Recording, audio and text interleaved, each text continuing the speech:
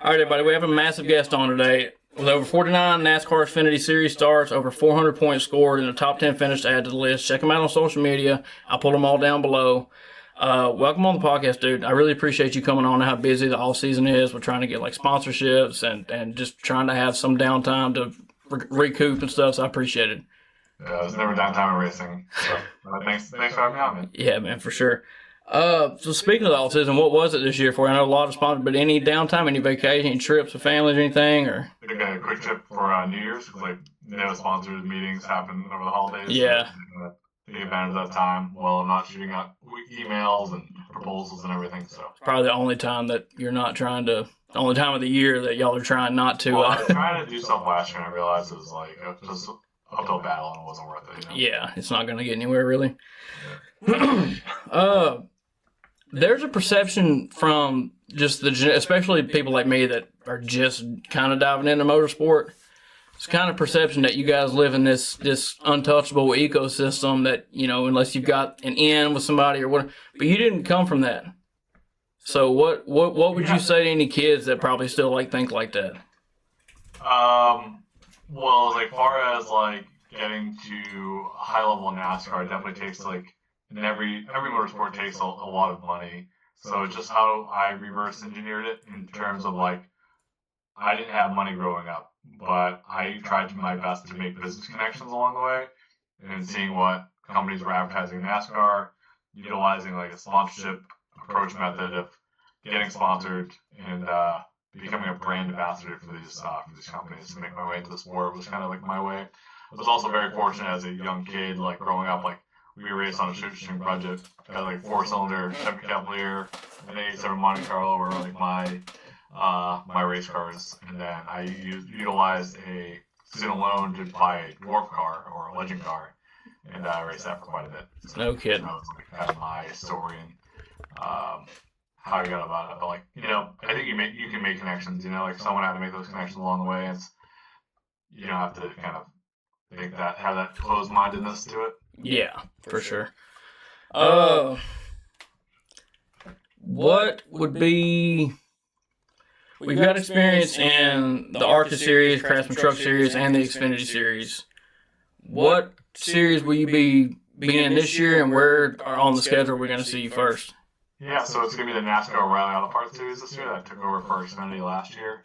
We're hoping for Daytona, trying to close the deal on that soon. Daytona's the most important race of the year, so yeah. Trying to make it to that race is the important one. But I think we have Main Street for Atlanta and a couple other races, but working on Daytona right now. Yeah, that's the Daytona. I never knew it was so early in the season. It always was. I guess just in the context of it, just seemed like something that was like a championship towards the end of the year or something. But it's a big kickoff, man. Yeah. Everyone, it's so funny. The off-season is meant to focus around Daytona, and that's the big emphasis of the year. Biggest crowds, biggest TV attendance. When you say Daytona to anyone, even an F1 fan, people know about it. Yeah. It's Daytona. That's awesome. What do you do on the sim? I mean, is it just months of Daytona beforehand, or do you give yourself It's 1 month. Yeah. I was actually on racing Rolex, the 24-hour Daytona. Yeah. Some GT4 stuff, just fooling around with that. But Yeah.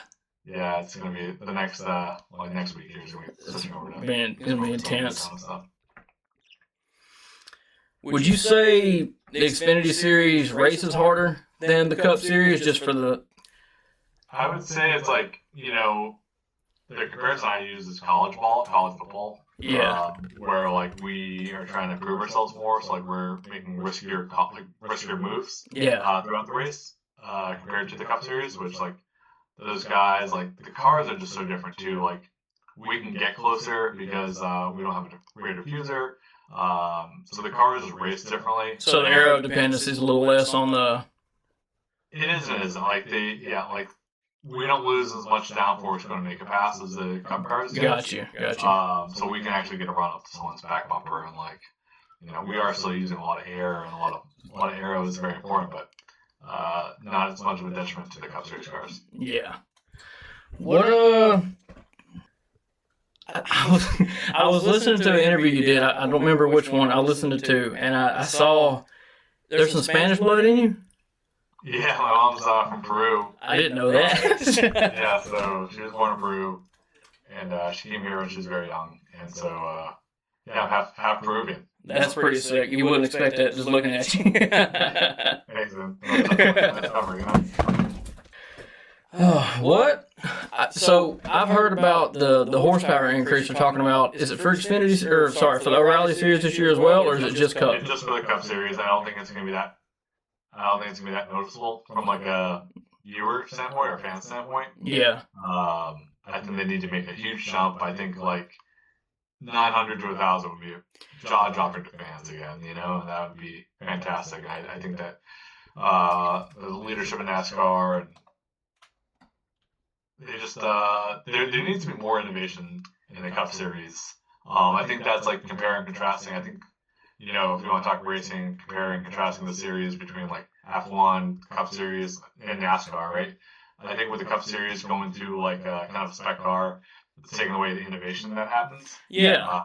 Like F1, you guys are innovating year to year, new designs. I don't know what the blocks that the teams are put in, but like as far as the Xfinity series, like we're always trying to find a new way to innovate and get more downforce. Like we do have spec bodies, but like everyone's trying to do something different and like that. Cheat something up and cheat something arrow wise to get a little like downforce, a little more downforce here and there in a couple pounds. Right. Or carry the gas into the corner 20 more feet, and that's another tenth of a second lap. Yeah, it's big time. But I think like the racing aspect, when you compare Formula One and NASCAR, the racing is just so much closer. Like I can come up and like bump somebody, like right. You can't do that in Formula One. Oh, no. All later, like I can like put someone on the wall if I get really mad, Yeah, it's funny that the European series is what kind of traced me back to the American racing and got me interested in this side of it. F1 grabbed me first, and then now NASCAR. I'm like, hey, what's that over there? Kind of, and yeah, some of the stuff I see between IndyCar and NASCAR, it's like the FIA would shit their fucking pants if some of that went down. I have no idea on the rules on like the FIA stuff, but like, like bump drafting coming up Daytona, like I'm gonna have to like push people. Oh yeah. Pull people, like that's. You'd get penalized for that. You'd pay a fine or something for that. Yeah, so I think the aspect of that, I think what Formula One and the Drive to Survive series on Netflix has done is give personality to the teams, right? Like they've given such a behind the scenes view of like the teams and the drivers, and like they were real like the personality of Daniel Ricciardo. Yeah.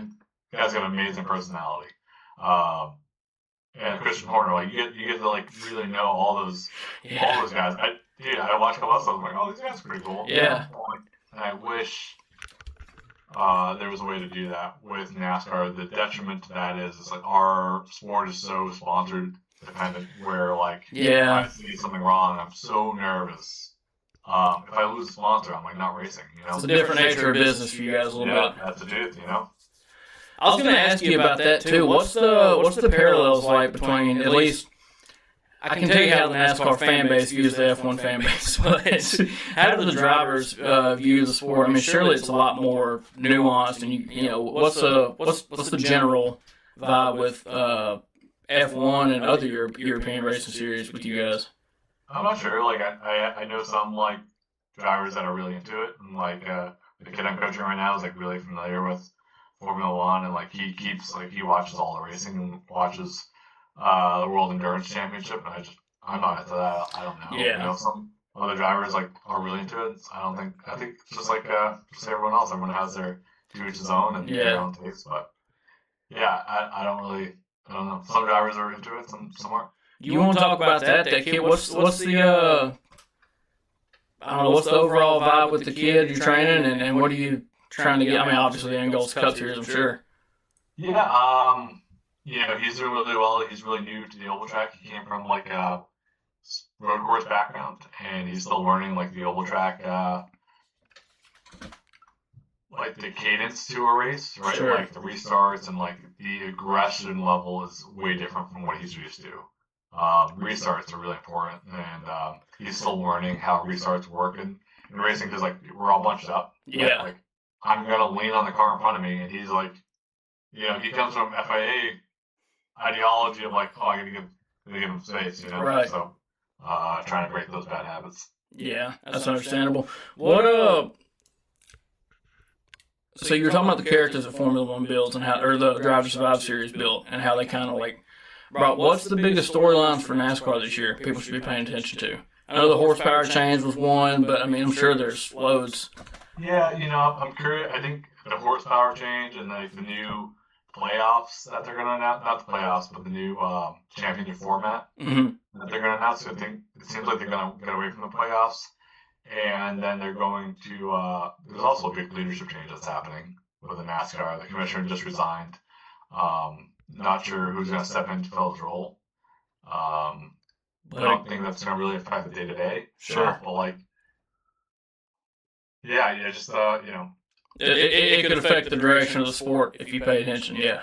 Oh, for sure. 100%. Yeah. Sick. What this was.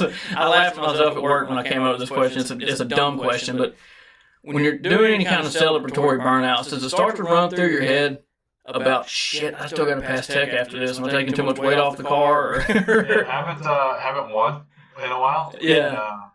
But no, I was like thinking about that because Josh Berry won a race recently, and he didn't do a burnout. He just did a victory lap, right? And that's like, it showed like he came up. Josh Berry's the driver that came up working on the race cars. Sure. He knows like how much work goes into these cars. So, like, he doesn't want to like beat on the equipment at all. He's kind of respecting his mechanics in his garage. Yeah. Yeah, and his engine. Yeah. So he just did a victory lap, like old Polish victory lap, and brought it back, and so that kind of like went through my mind of like, okay, I think my first win, I would burn those fucking tires. I'd roast them to the wheels. Yeah, I'd fucking put it right up to the wall and just like fourth gear, first, second, third. Let it eat. But I think that'd be it for a first one. I think other wins after that would be like, I respect myself, but I think for my first one, I'd go ham. Yeah, go crazy. So how do you balance the risk management throughout the weekend? Because just by the nature of pushing, you're kind of taking more and more risk. Yeah, so like that's a great question too, because like it's multifaceted. Where as familiar with F1, everyone has a simulation. Like everyone has like you watch the F1 movie and they're in the simulator, right, recreating things, trying to recreate setups, change setups. So at the upstairs in NASCAR, most cup teams have the ability to go to the manufacturer simulators. At the Xfinity Series, like the top maybe 20 teams have that simulation. So when, like the junior cars, when those drivers hit the track, they've already ran 100, 300 miles with that car, right? Yeah. They take the car that they're going to race. They laser scan it, right? So they know how much caster, how much toe, how much camber. They're all their setups, right? And they're on the simulator with it. So when they hit the track in practice, they're holding the thing wide open, letting it breathe for a second and getting right back to the gas. I'm like out there, like feeling the car out, right. For the first time, being like, all right, feels good here. Yeah, I think it's sticking. Oh, that's, right. Kicking a little bit. So like that's the detriment to the lower funded teams that like don't get the simulation. Right. So, I don't know that answer your question there. Yeah, no, absolutely, it did. Just in time for my dogs to answer it as well. That was all I really had for you, man. I didn't account for taking up too much of your time. I know how busy, email after email after email it can be. So, it's like I didn't break news. So I appreciate it. What's your social medias you want to shout out? And just follow me on the gram, CJ McLaughlin Racing. Awesome, dude. Well, listen, I appreciate you coming on. This is really, really cool. So, no problem. All right, take care, brother. I appreciate you. Yeah, bye. All right.